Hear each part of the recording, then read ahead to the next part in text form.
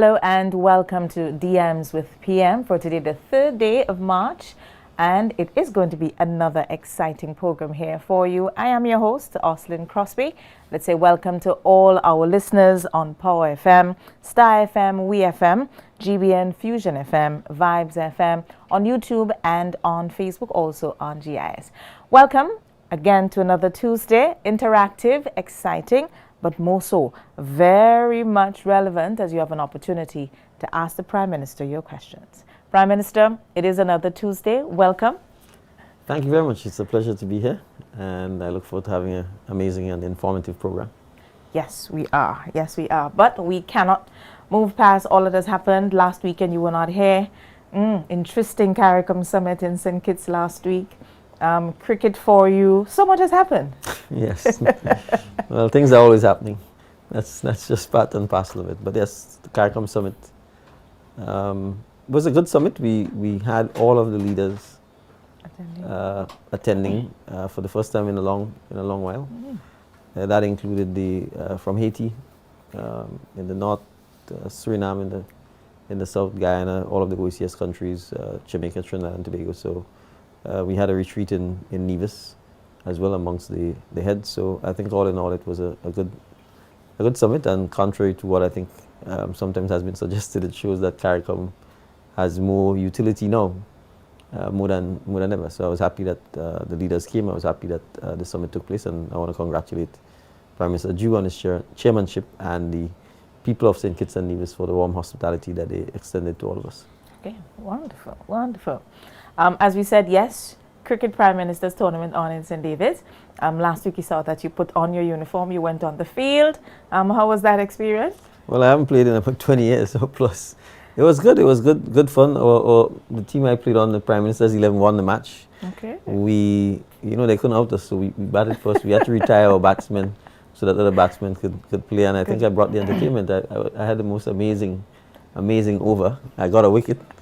No less the wicket of the president of the St. David's Cricket League. Oh, okay. So I wanted to give the batting side a little hope that they would win. So we had to keep the match competitive. So my over was designed to do that. Okay, that's great. Well, at least you had fun. Yes. I think goal achieved. Goal achieved. It's on to your finals this weekend? The finals is, yes, Saturday. We have both the 3rd and 4th place competition, and then the actual 1st and 2nd place matches will also be played. It's been for an inaugural first time. I think I first want to commend the organizers, all of the sponsors, and all of the players in particular. We've had players from all across the country, including CARICO. In fact, the CARICO team, they're named after Beryl. They are playing for the 3rd and 4th spot this weekend as well. So I want to compliment all of the players, the umpires, and the fans who've come out to support the inaugural tournament. I think it means cricket is alive. There's definitely interest in cricket. The T20 World Cup is going on now as well. So I think all in all, it's just what I call the initial building blocks, beginning to revive cricket throughout the length and breadth of Grenada. And to let our cricketers appreciate that there are actually opportunities both domestically, regionally, and internationally to play cricket outside of just playing for the West Indies. Because only 11 persons could play at any one time. And cricket is a probably billion-dollar sport by now. And we have to be able to take advantage of the opportunities. And that means we have to have our own leagues so that people can scout our talent, persons can play more consistently and then get the opportunity to be successful. So I'm happy we were able to put some attention on the cricket. And I don't want to end without obviously shouting out Afi. Yes. And congratulating her for the 100th match for the West Indies. Certainly it's a phenomenal accomplishment, and I hope she's able to inspire a lot more women to get involved in playing the game. Yes, I think she's quite a beacon of hope. We're looking forward to many more Afi Fletchers. Yes, definitely. From Grenada. It was a community weekend also. We cannot move forward if we don't speak about that, what I consider to be a huge achievement of our community on the weekend, and that of the handing over of the houses in Shantimel. Yes. We often wait on government to do things, but I think Shantimel has shown us that a community can come together, like minds, one goal, and make a huge influence, a huge impact in the community, with government doing like everybody else, making a contribution. Yes. And I think that's what happened. No, absolutely. I want to really congratulate the community leaders in Shantimel, who some of whom may no longer live in Shantimel, but obviously their roots are in Shanty Mill and made it their duty to make sure that they could come to the rescue of the citizens who were impacted by the fire. I think it's an amazing example of what community initiative, community spirit, and partnership, public-private, can do in terms of transforming the lives of persons in the community and making sure there's light coming out of a tragic or dark event. So I hope we can use this as an example and not just wait for a tragedy, but to ensure that if we have robust, vibrant community groups, that we can really begin to lift the quality of life, the standard of life, the quality of the interaction and the relations amongst our communities. So I said this at the handing over on Sunday. I really do want to commend the Shanty Mill community, and I hope that others can follow suit, perhaps speak to the members, ask how they organize themselves so that we can replicate that sort of dynamic and progressive committees and groups throughout the length and breadth of Grenada, because I say this all the time, the government doesn't live in your community, you do. And the government could only go so far. If you really want a vibrant, thriving community, it means the residents, the citizens who live in the community are the ones who are going to have to get up and take responsibility for what happens in the community. So congratulations to the committee, best wishes to the beneficiaries, and I certainly hope that they show the gratitude and appreciation and that they take care of the lovely homes that they've gotten. But it wasn't just homes, the infrastructure has been improved, we've got street lights, things that were not there before. So I saw an amazing and wonderful, I think, achievement. Yes. Yes, it was. Yes, it was. And I think it's also an open invitation. Just as you said, the people who would have retired have the knowledge to be able to pull together the resources and make a difference. Yeah. It's time for them to come out and do this. No, absolutely. Yeah. So I hope, as I said, that other villages, communities take an example of what's happening there. Great. Thank you, Prime Minister. So what we will do now, we will take a quick break. When we come back, we're going to get into some of your DMs.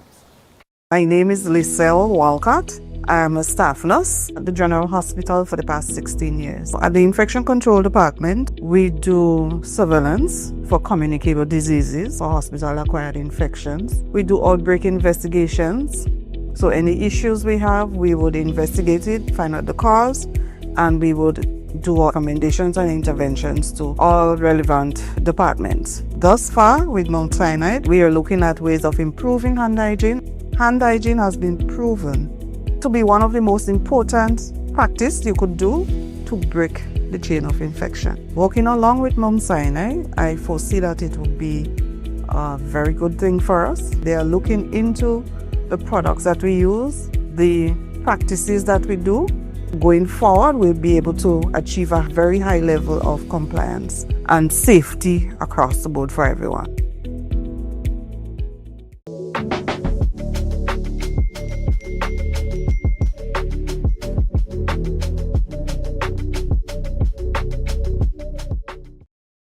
Welcome back. If you are just joining us, you only missed our little chit-chat initially with our, of course, guest, Prime Minister, speaking about some light moments. Now it's time for us to get into the DMs for today. What are some of the messages that you sent on the various platforms? Our first question, partnerships. In light of the US's recent stance on Cuban health workers, will the government of Grenada be collaborating with other Latin American and Caribbean countries to source health workers? Question there from Elizabeth. Thank you, Elizabeth, for the question. The challenge is, I think all of us in the Caribbean have a significant shortage of skilled healthcare workers, from specialist doctors to nurses to allied health practitioners to biomedical engineers, etc. It's a Caribbean-wide challenge, and you'd appreciate that. In fact, Cuba has been supplying the Caribbean, from Jamaica in the north to Guyana in the south, with healthcare practitioners. We in Grenada have, in fact, opened our hands. We've been sourcing healthcare workers from Ghana and Nigeria, and we're open to sourcing healthcare workers from anywhere, as long as they can speak English well enough, as long as they meet the standards for being allowed to practice healthcare in Grenada. We have a large diaspora of persons that have been trained at the expense of the government and people of Grenada, many of whom live in the United States of America. We are certainly seeking to try and tap into our diaspora to encourage them to give back, to come back in circumstances where they can, to help shore up the deficits that we have. The other things we are doing, we are certainly increasing the amount of scholarships that are available for persons who wish to pursue nursing, doctors, etc. As recently as this January, we got 30 additional first degree medical scholarships from St. George's University, and we want to thank them profusely for their support. We are looking to see how we can expand access to nurses and to other healthcare persons to address the issue. There's been extensive discussion about our nursing school and how we bring that back on board, either in conjunction with SGU or as a standalone entity. So we are doing everything we can to ensure that we can fill the challenges that we face. Even with the assistance that is provided by our brothers and sisters from Cuba, we still have a significant shortage of healthcare professionals, particularly specialist doctors. We don't have sufficient adequate ratio of nurses to patients as yet, and there are lots of other areas that we have complete deficits in. Okay. Thank you, Prime Minister. Thank you for your question. Now on to the next question, training programs. Can you please create more training programs for the youth? Imagine going to school getting CSEC passes, getting training and having to work as a helper on a construction site for 7 years every day, getting abused and belittled by high people in a well-known construction company in Grenada. All right. So I want to emphasize, and I think this is a very vital point that is being raised by the person, and that's why we go back to the changes that needs to be done to our education system. Our education system must ensure that our students are given the education, and that means the skills and the technical knowledge and the academic knowledge that suits our environment. And construction is one of the mainstay industries in Grenada. Our current education system, as the person so rightly points out, generally produces people who have 5, 6, 7, 8, 9, 10 CSECs. But these subjects, for the most part, perhaps except for building technology, has nothing to do with the construction industry. And so yes, when you exit, you don't have the skill set. You know nothing about construction, plumbing, masonry, tiling, painting, technical drawing, being an electrician, a tiler, right? A heavy equipment operator, because our education system is simply not exposing you to any of that. So I absolutely agree. It's not just training as in a program. If we are going to break the back of this, the entire education system has to be tailored to address those issues. And we are beginning to do so. Certainly at the primary school level, the exposure to technical and vocational training is the intent is to have that as a mainstay. We are looking at establishing our centers of excellence to begin to address the construction industry, agriculture, hospitality, because those are the three main areas of economic activity in Grenada. And the fourth one, which is untapped, but certainly growing and growing quite fast, the marine and blue economy. And so the establishment of a marine school will be critical to that. And because similarly with marine, it is in fact construction and repair related. The maintenance of boats, the building of boats, the cleaning of boats, the solving plumbing or electrical or sewage issues in boats, all of those things, the haul outs, the put back in. All of this is to a large extent still construction, the machine shops, because you're dealing with engines and so on, you're dealing with electricity.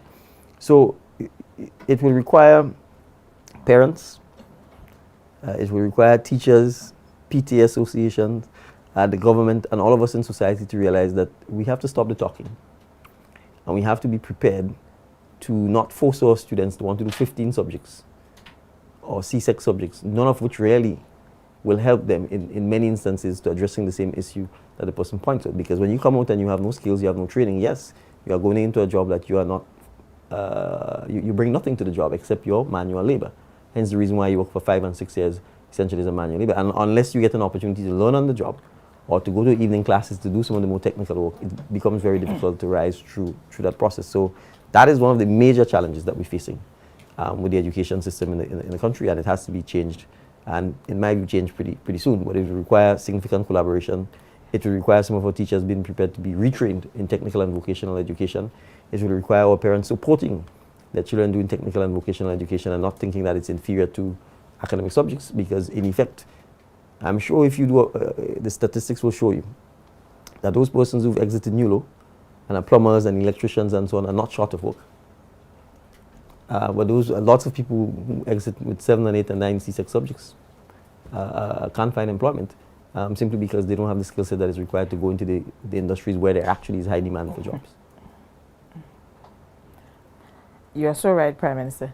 I think now, is it a case where there's a recent study where AI would eventually replace a lot of these clerical positions, and it will be the same creatives, the people who are skilled? Absolutely. I mean, even before AI, technology was already replacing a lot of the clerical positions. So I could use myself as an example. You know, when I started to practice law, lawyers had secretaries. People would open their mail for them, type for them, those things. Within a year or two of me becoming a lawyer, I typed my own work. No one ever typed for me. No one opened mail for me, right? I don't print anything. So I never sign documents manually. Everything is signed electronically. So I don't have a printer in my office, right? There's no paper to shred because I'm paperless. And so in that sense, a lot of the clerical work. So if you're working with me, you have to bring value, right? Because I can type. I could send my own emails. I could answer the phone. I could make my own phone calls. So all of these clerical jobs are to a large extent obsolete because in effect, the skill set that you should have, for example, everybody in Grenada ought to learn to type, right? Because that's just the way in which printed material is going to be generated, either electrically or in writing. So the typing is no longer an option, a notion. Those are things that we must be able to do. And when you compound that with things like artificial intelligence and large data volume sets,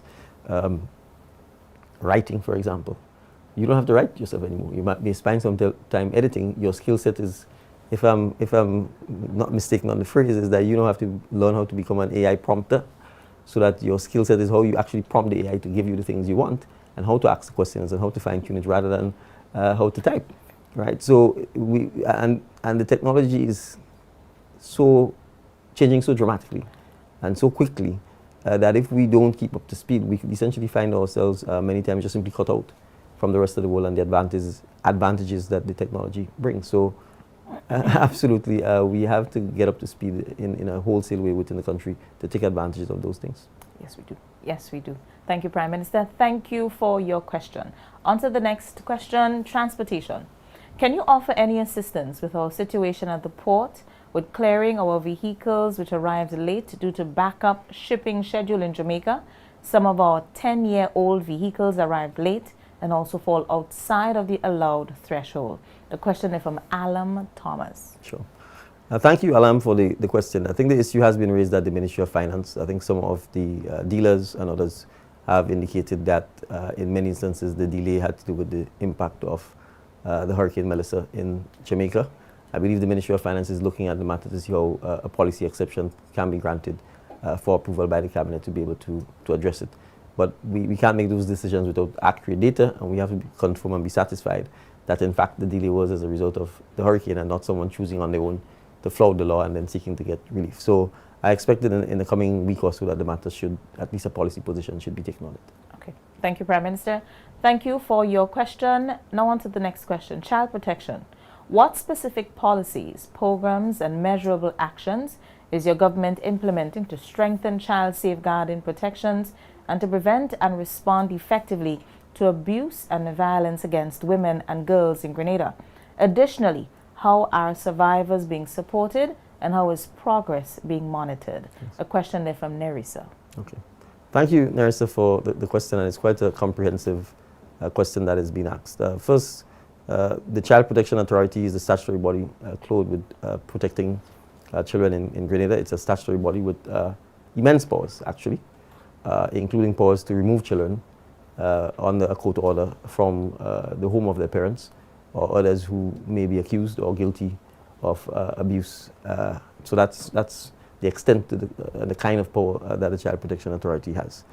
The Child Protection Authority also actually runs a large, and I'm using the word run in inverted commas here, cadre of foster homes, where financing is provided to private individuals in Grenada to in fact take care of and raise children.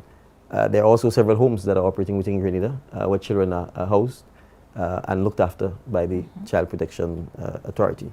Outside of that, we have social workers, at least 2 per parish, probably woefully inadequate, but that's the current number, that addresses many of the social challenges and seeks to attend to a lot of the social challenges that not just children, but also abused women face. You may recall that we recently made changes to the Domestic Violence Act. There's a whole slew of legislation that emanated from the Spotlight Initiative, which are designed to protect children, designed to protect, or give greater protection, I should say, to children, to women, and to victims of domestic abuse, because in many instances, domestic abuse, when we particularly speaking of children, it is not just girls, but also boys. And there are simple things that, I can give an example We made an amendment to the law that prohibits child marriage, because our law actually permits a child to be married at 16 with the consent of their parents. And so we made that change to ensure that no child would be permitted, allowed to be married under the age of 18. Now, of course, at 18 you're an adult, and then you can marry of your own volition. So simple things like that. Those are opportunities for exploiting potential loopholes in our law. But it also, the fact that at 16 you can get married, it also says, I think, what was then perhaps prevailing morality about how people view sex as well as how they view marriage. That you would allow someone at 16 to be married with the consent of the parent. Essentially, you could allow the parent, if we kept this law, to sell their child. Right? So those are just some of the examples of the things that we've been working on to address some of those issues. Of course, the current law allows for restraining orders to be obtained from persons, against persons who abuse their partners or children. You can go to the magistrate's court and get these restraining orders. The police, enormous work has been done on training the police in addressing issues such as domestic violence and how to be able to address it.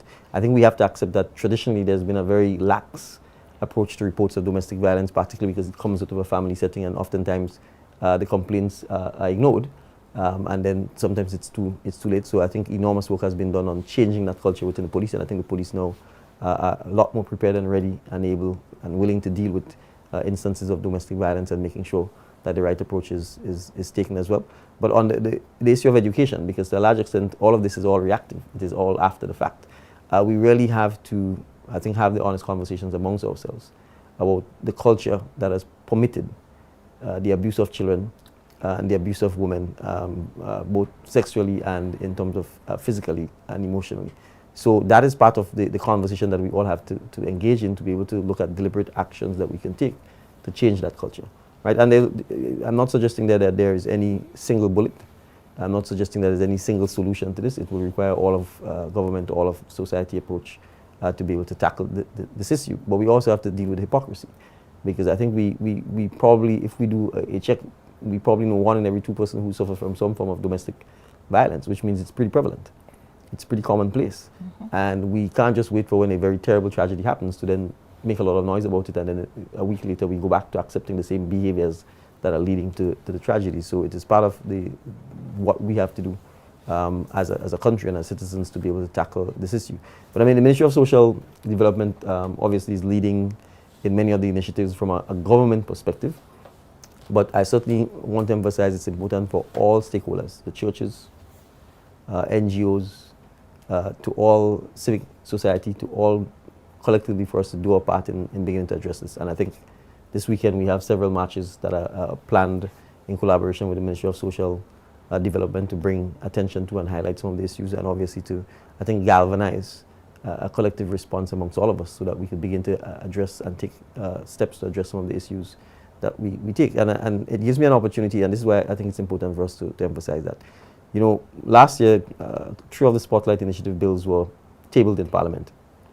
And there was a big uproar. One of the bills had to do with essentially allowing children between a certain age to be able to get access to sexual and reproductive health.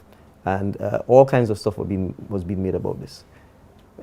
The point of this was to ensure that children at 17 and 18 and 16 and 15 have access to reproductive health if their parents or if an adult in their life is preventing them from getting it in circumstances where they need it. Right? And we can very well then pretend, for example, that children at 16 and 17 are not having sex. And in many instances, they're having sex with people who are in their 30s and 40s and 50s. Right? In circumstances where they are probably being taken advantage of.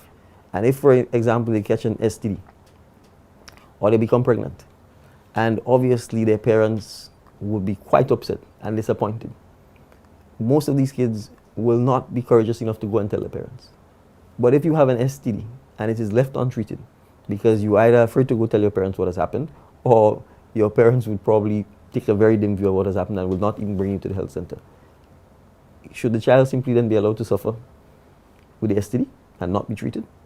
Right? The child should then be able to go to a health practitioner in confidence, explain the situation, and to be treated. And we need to protect the health practitioner in those circumstances, because obviously if the child is 17 years old and can't enter into a legal contract, the practitioner, if they treat the child without the protection of the law, will run the risk of liability. So the practitioner will need to know that I have the backing and the sanction of the law to be able to provide the healthcare in those circumstances. So when we talk about, it's not just gender-based violence in the context of direct physical assault and so on. It's also many circumstances where particularly children are taken advantage of by adults.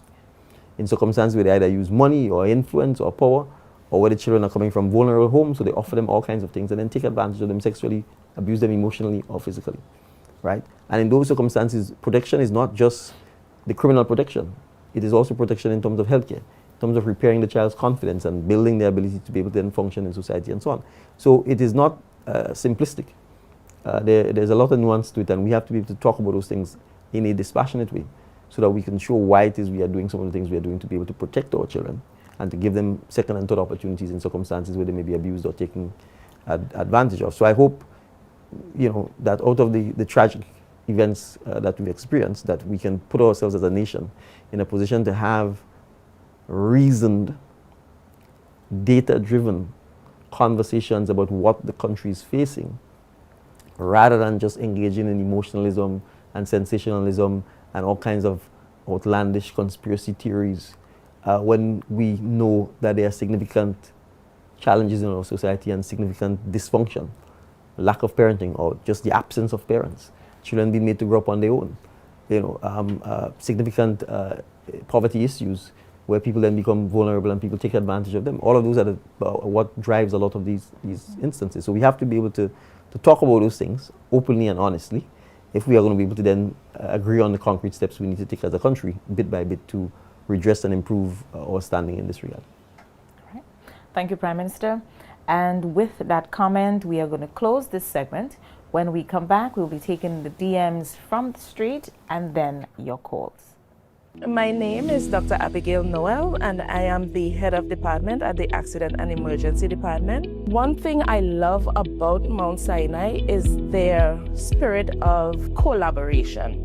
They came in with ideas that have transformed our department in real time. The implementation of ID bands for every patient that comes through the emergency department. That has decreased patient errors. They have implemented defibrillators on every ward. Thus far, 128 staff members have been trained in defibrillator use. The huddle system is basically small meeting with all team members. It improves communication between staff members as well as with patients. This transformation means everything to the emergency department and by extension, the health system of Grenada.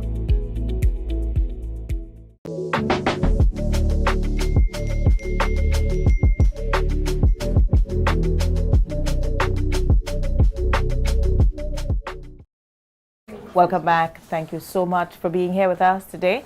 We now get on into our DMs on the street with Norris. Good day, Mr. Prime Minister. My name is Aiden Goddard of the Form 1. Good day, Mr. Prime Minister. My name is Alan Drago of the Form 1. And we have a question for you. How do you feel with Australia being the first country to ban children under the age of 16 to some social media apps like YouTube, TikTok, Instagram, and Facebook? And would you do the same for Grenada? Thank you. Thank you. That's a very good question, and it shows that, you know, the future of Grenada is in excellent hands. I am not sure that I would do the same for Grenada. I think we have to engage in educating our young people as to the risk associated with excessive use of social media, but I think there's also enormous advantage to the use of social media. First of all, it's a great platform for learning. And for learning about yourself, learning about the region, learning about the history of Grenada, the history of the world. It gives you the opportunity to actually almost place yourself in a different culture, in a different setting without physically being there. And there's no point in pretending that the technology is going back. It's here to stay. It's going to continue changing. It's going to be rapid. And I don't know that I would agree that a wholesale ban is the option. And I think time and time again, history has proven that simply banning things doesn't work. We can take an example of, say, the approach to marijuana, where the approach was just to criminalize it and ban it, as opposed to making sure that we understand the risk associated with it and that we encourage the healthier, more productive medicinal therapeutic aspects of it. So I think similarly for technology, what I think governments need to do is to ensure that we can protect children by making sure that there is sufficient parental controls, that the children themselves are educated about the dangers and the risk associated with excessive, what I would call consumption of technology. Because the challenge here, I think, is that if you're just using the apps to consume stuff, the content that people produce, then yes, that's dangerous. But having access to the app also means that you can become a content creator. You can actually make money. You can develop your own career. You can, there are a number of things that you can do. You can learn about the app so that you use it as a tool to develop further apps.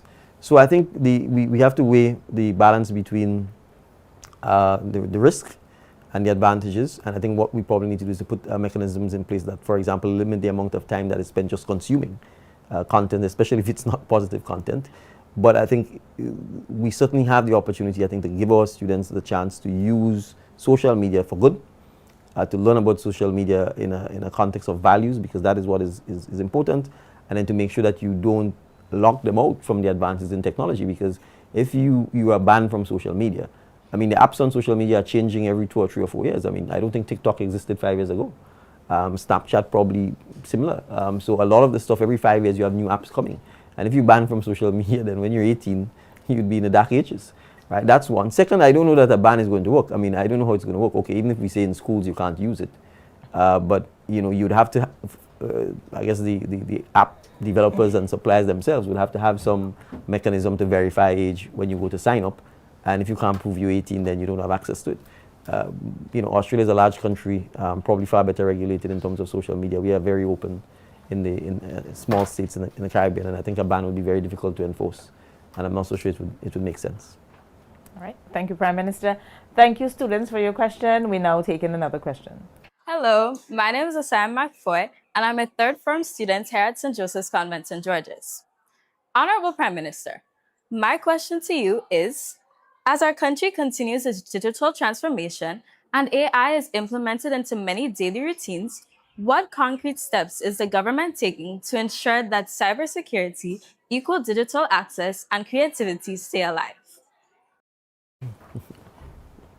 Thank you, Asaya, for the question. I know Asaya, that's why I'm smiling. Good to see you. I haven't seen her since primary school. So Yes, I think I know her. yes, so Asaya, thank you for the question. Well, there are a number of things the government is doing. So first, I should point out that at the school level, all students have access to their personal email accounts. Yeah. They have access to a wide range of applications, particularly under the Microsoft suite of products. Form 1 and Form 2s, we provided in excess of over 3,600 laptops to Form 1 and Form 2 students.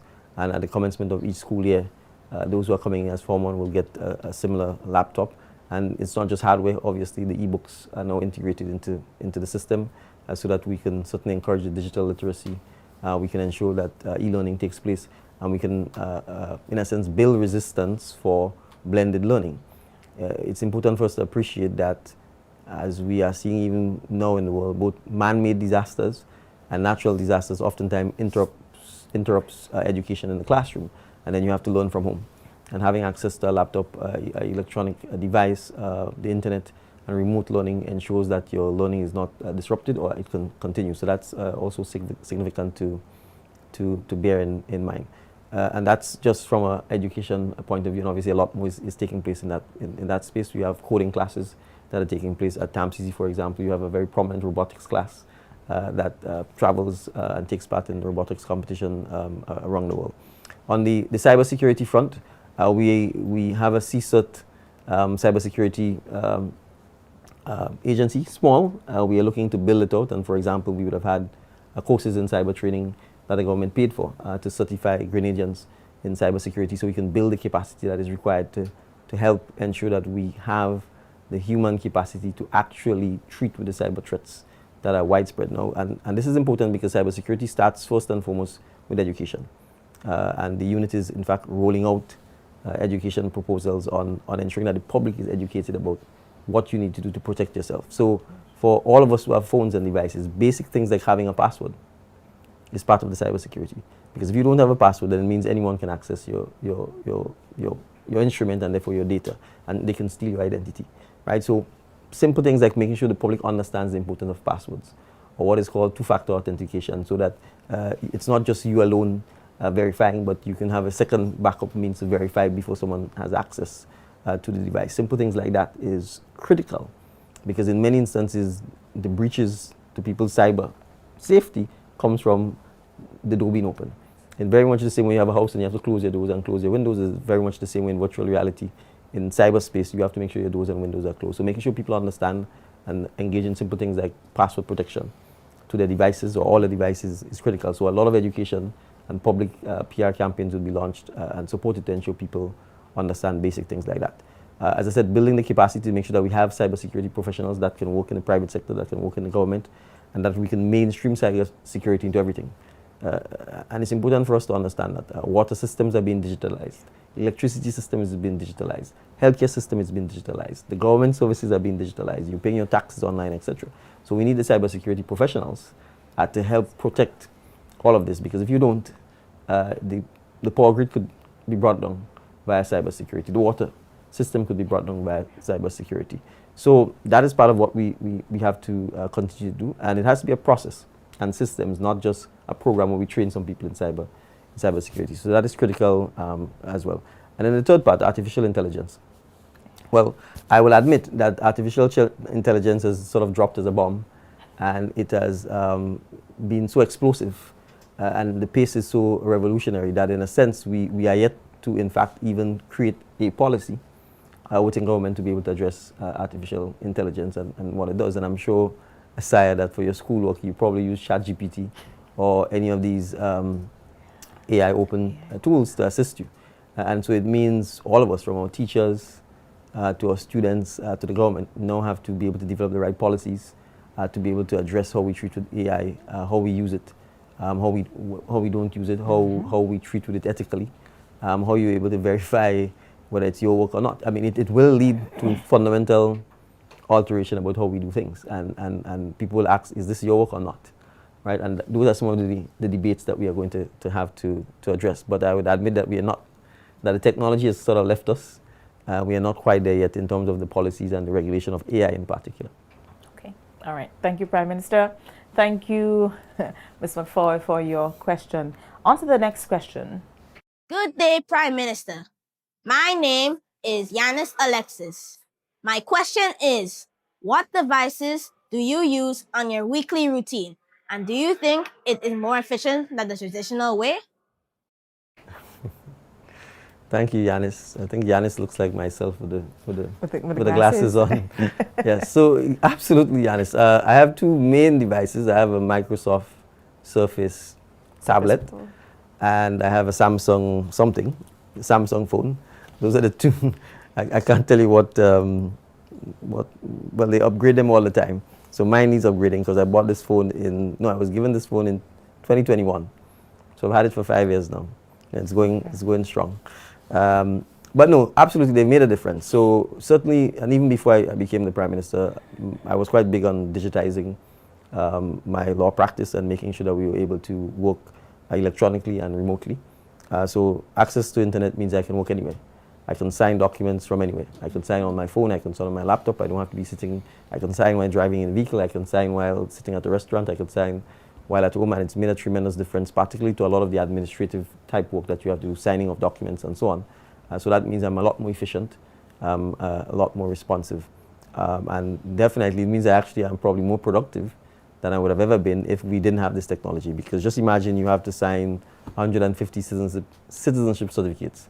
In the absence of this document, I'd have to go sit in the office and go through one by one. With the devices and with the technology, I can click one button, all 150 certificates are signed at the same time, right? So it makes a huge difference towards productivity, but also quality of life, because it means you can get a little more time to spend on other things as well, rather than having to sit in the office to pile through lots of papers. So I'm a huge fan of technology.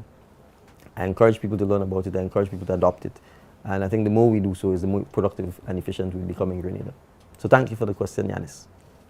I think our students had you on your ears today with the technological questions. They want to know what's happening, well, but I think it's important to safeguards. It's there. I mean, the truth is, the jobs of the future are going to well, the current jobs and the jobs of the future is in the technology field. It's in the electronic space, it's in the digital space. And we have to make sure our students know that and we can prepare them for that. That's where the growth is. I'm not sure if people are paying attention, but if you take artificial investment, there's more investment in artificial intelligence, sorry, than the rest of the technology space combined. Billions and billions of dollars are being invested in those areas. And so we have to be able to, it's in a sense the new frontier.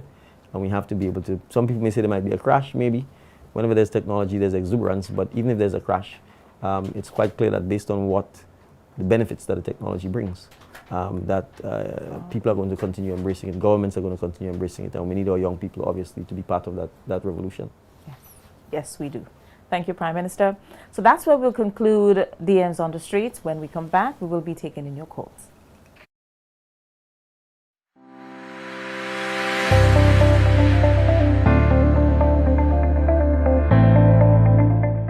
Bay Leaf, another of Project 500 signature design. This 3-bedroom, 1.5 bathrooms, a beauty, spans a gross area of 1,073 square feet.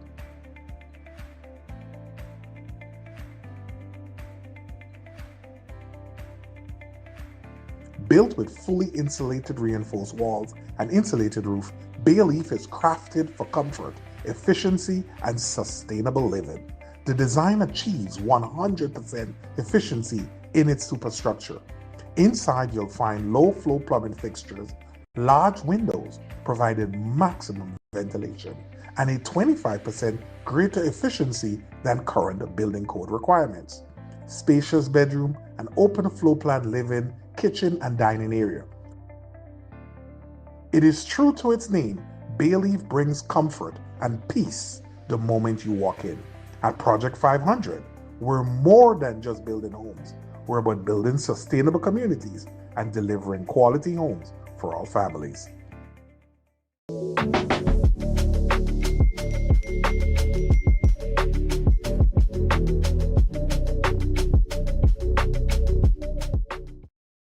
Welcome back. Thank you so much for joining us. This is the final segment in today's program where we take in your live calls. We will encourage you now to call us 423-3104, where you have an opportunity to ask the Prime Minister your questions directly. So remember the number again, 423-3104. Please call and share your questions. Prime Minister will be responding. So, Prime Minister, I know we are still waiting on the calls, but as we do so, I think we can continue our conversation on that of technology. We have been speaking about the AI, and I realize the children are there, but you recognize now that a lot of the educational institutions and also different places, the legal ramifications of the AI, because you realize it is not your information. Yeah, well, I think I'd put it this way. I think, tradition always fights change. Yeah. Right? That's inevitable. And so the traditional method of education and the store of knowledge has always been, let's say if we take higher education, university, and libraries, physical libraries, everything. We could take Google and compare it with an encyclopedia, right? The change is so dramatic, but also clearly superior and better. Because in the context of an encyclopedia, you have to be able to go there physically and have access to that encyclopedia, right? And therefore it meant from a scholarship point of view, if you're from the Caribbean, right? If the encyclopedia really is only about Western culture and civilization, that's all you will know. With Google, you have the opportunity, for example, to learn about every type of culture, every type of civilization. So the breadth, the scope, the depth is you can't even compare it. And the cost associated with it is cost that is almost universal, in the sense that once you have the infrastructure, the internet, a laptop, a phone, you have access to it. And I think AI is going to do the same thing. I think the wave there's an inevitability about it. So yes, you will have arguments about intellectual property, about who owns the knowledge, how you get it, etc. Who's renting space, so to speak, and taking your data and using it. But the reality is, the way technology works is that if the solution isn't good, the product will fail and people will move on. So I think the fact is that, yes, with all technology over time, you'd have to regulate. You'd have to make sure that there's ethical use of it. You have to make sure that you protect the vulnerable. And we've seen, for example, with some of the AI stuff that they can take your clothes off and post nude images and so on of you and all of that. Obviously, those things have to be regulated. We've seen, for example, recently there's been a fight between one of the AI companies and the U.S. government about the use of the AI in terms of the Department of War conduct of its military operations and so on. Those things will come, right? And so I'm obviously a fan of saying you have to regulate. But the idea that you can stop or you can ban or prevent a lot of those things or go back to what is, in my view, a pipe dream, and it's not gonna happen. And I think clearly the fact that people gravitate to those things is because they find it useful, right? And it simply means that you are free to do other things, right? In the context of where you would have to hire a speechwriter and spend hours with a speechwriter, when you can use AI and have multiple versions of a speech churned out to you in seconds, why would you say you want to go and use a speechwriter? And okay, where is the speechwriter getting the knowledge from? From reading all books and reading other people's literature in the first place. So it's not as if, you know, all language is built on copying, right? I mean, someone must have invented the word, invented the speech, the grammar, this. So I think a lot of it is nostalgia. Once you have that kind of rapid change, people will think about the good old days. But you can always preserve the good old days. You can still have physical libraries. You can still have those things so that people know what it used to be like. But I don't think, for example, the way music is streamed now, everyone is asking you for a Walkman, you know, or for a CD player, or for, you know, I mean, the truth is, you know, I mean, most of the kids who ask the question will probably have never even heard about the concept of a Walkman, No, they don't. you know, and that was just the other day, right? That is true. So it's important for people to understand the rapid pace of change. I don't think the iPhone existed 20 years ago, right? It's probably going to celebrate its 20th anniversary in a year or two. So the truth is, when it comes to technology, there's always be changes. We just have to make sure the technology is, for the most part, put to good use that leads to improvement in people's lives. Yeah. Great. Thank you, Prime Minister. I do believe we have a caller online. Good evening, caller. Thank you so much for calling. Okay, good evening, Honorable Prime Minister. Good evening. Good evening, Ms. Crosby. Good evening to everyone listening on the various platforms. My question today is, what hope is there for me under your administration, sir? As someone who has left the streets and gangster life simply because of realized badness out of time, and really it makes no sense, and especially to be a better example for my daughter. After serving 7 prison sentences and having a total of like 82 charges in the past, everywhere I apply for a job, I'm being rejected because of my police record and having a colorful past. Is there any chance of my life being transformed? Because I know your administration is one of and for transformation, sir. Yes, thank you for the question. I'm happy that you are seeking to transform your life and certainly be an example to your daughter. So I want to start off by commending you on that. So I appreciate the challenge because obviously for private businesses, they always want to do due diligence on the employees to make sure that, in fact, there isn't a risk of criminal activity. And clearly, if one has a previous conviction, then it's not unexpected that someone will be unwilling to take that risk. I think it's important, therefore, that if we are trying to transform our lives, we don't just pay lip service to the transformation. It means we have to start with ourselves. If you recognize that people are not willing to hire you, there are actually significant opportunities via the government for self-employment. But that means you would have to be prepared to actually educate yourself and train yourself. I'll take a simple example of a potential opportunity that will exist. As you're aware, the government has brought in a lot of small animals, goat, sheep, pigs, to be able to deal with livestock production in Grenada. The Ministry of Agriculture, and you may not know that, so if you don't, I'm giving this as an example. The Ministry of Agriculture actually has some grant funding to help construct goat pens, for example, so that in fact persons can get a goat and become a livestock farmer. And that's a perfect example of one way to start, and maybe even with chickens, right? Because if we are accepting responsibility for actions, it's not for others to absolve us of the consequences of those actions. So I can't tell private sector employees to hire you if they don't want to. But what I can do from a government point of view is to say to you, and that's why I'm saying so openly here, my advice to you would be, in fact, to come in either to the Extension Division in your district, or to come into the Ministry of Agriculture, go to the livestock desk, indicate the challenges that you have, and let them know you're interested in the agriculture livestock project, and to see how they can see whether there's an opportunity for them to help you by giving you the training, giving you the grant funding, for you to be able to start your own business. That's just one example of this. This is just from the point of view of livestock. Many of the government departments, including GIDC and others, the BNTF, SIPE, They all run grant funding programs to help people, for example, with things like learning how to do CMOS farming, right? Both the training and potentially then some seed monies and so on. So there are those opportunities that you can certainly look and explore so that you become self-employed and become independent, and then have the economic independence that allows you not to have to depend on others who may be reluctant to hire because of the criminal past. But the government also partners with things like Teen and Adult Challenge, Adult and Teen Challenge, sorry, led by Mr. Jude Hector and so on. So if you're saying that you've had a criminal past, you may be familiar with Mr. Hector and his team.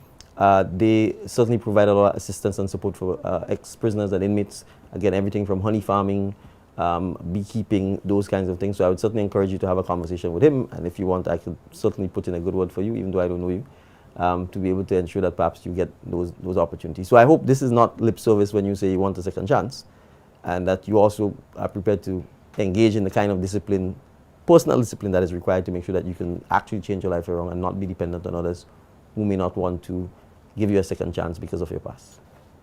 Okay. Thank you, Prime Minister, and thank you to the caller. I do believe we have another call online. Good evening, caller. Good afternoon. Good afternoon. Hi, good afternoon. Honorable Prime Minister, my name is George Maguire from Harford Village. Hello, Mr. Maguire from Harford Village.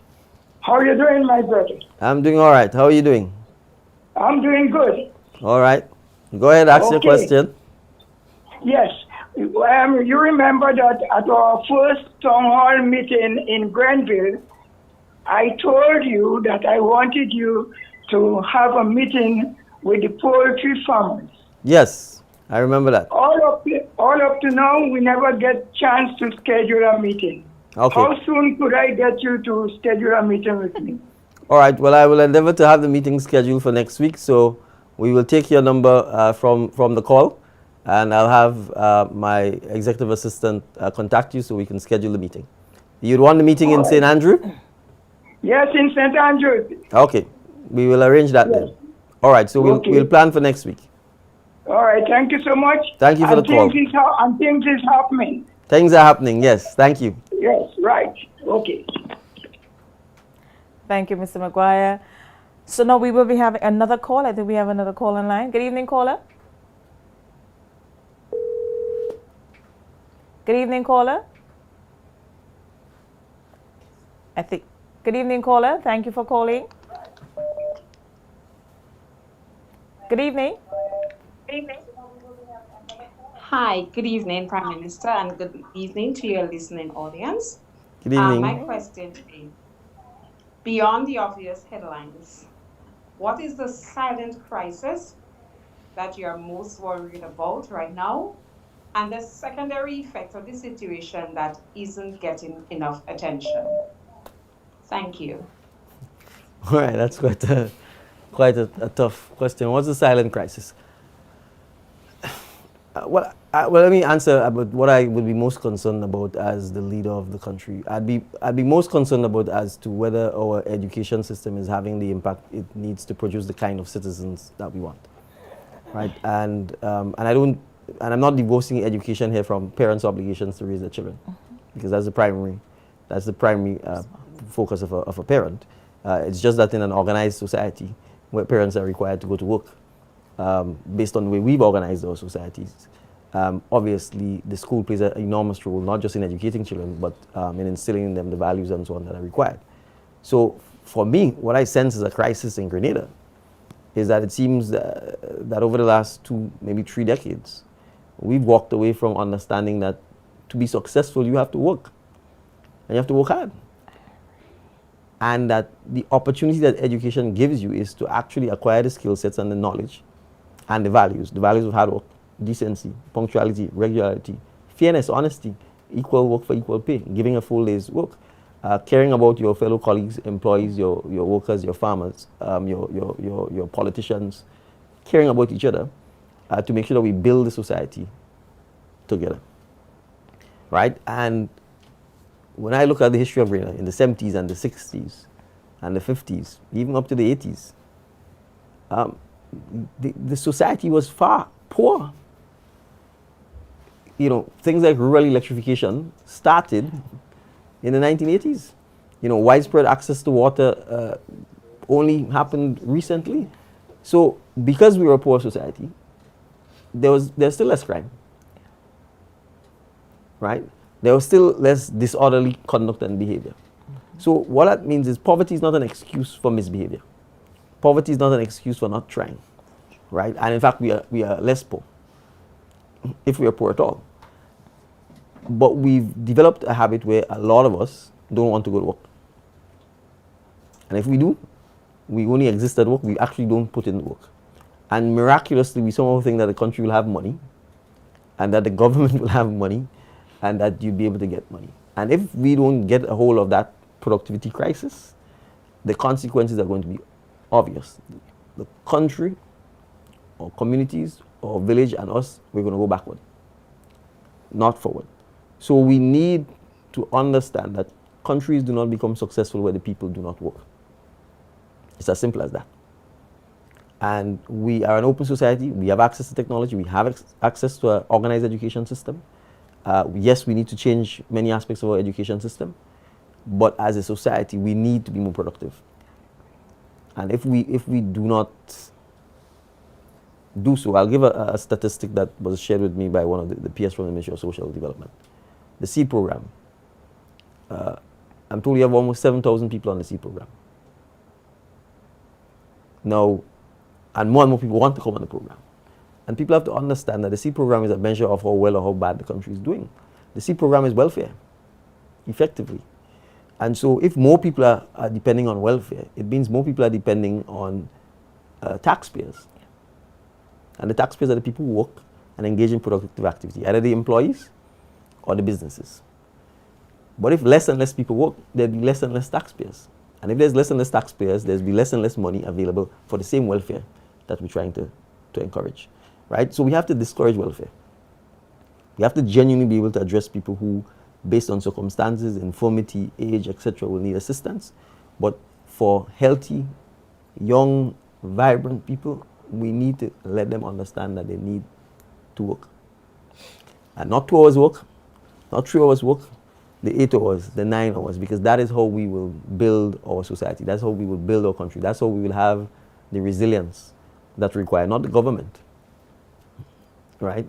The government is an inanimate thing. You can't hold the government. You can't hug the government. You can hold your neighbor, you can hug your neighbor. And so we need to understand that, and all of us need to be able to be speaking about those issues.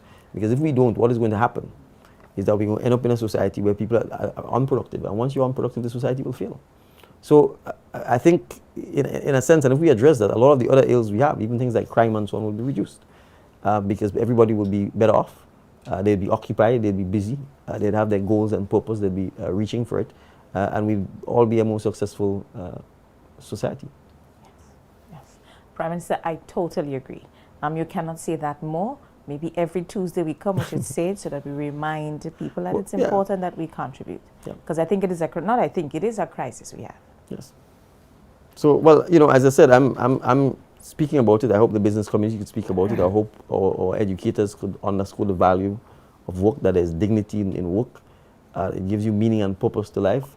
It gives you independence. It gives you a sense of accomplishment. So, you know, it allows you to build wealth so you can pass on to your children and your family and so on. So I think we have to make sure that, not because our great foreparents came from an era where they were not rewarded for their labor and their labor was extracted, that we don't take this approach of thinking work is slavery or work is servitude. It is not, right? Regardless of the experience, and we didn't experience it.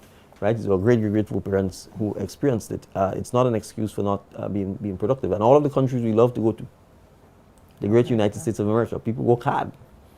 The United Kingdom, they work hard. All of the glitzy, glamorous places that you see, they don't just build tall skyscrapers. It doesn't just drop from the sky. It's hundreds and hundreds of workers working 12-hour shifts and so on that build those things. So it's people who are working hard that produces a successful society. So we need to make sure we understand that. I agree. Thank you, Prime Minister. We are entirely out of time, so it is now time for you to give us your parting words. Well, certainly. So the parting word, the word for the week is productivity, and the phrase is hard work. So let's hope we can all, you know, put a little more effort into making the contributions for our own personal growth, our own personal development, and the growth and development of Grenada, CARICOM, and PT Martinique. Have a blessed evening, everyone. Excellent. Thank you, Prime Minister. And that's where we conclude for today, episode 7, here on DMs with PM. Always a pleasure to have you. To all our listeners, Power FM, Star FM, We FM, GBN, Fusion FM, Vibes FM, GIS, YouTube, and our Facebook followers.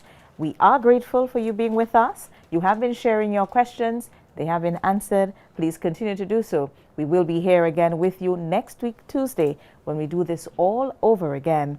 And remember, to our team, the technical team, thank you for always ensuring this program is successful.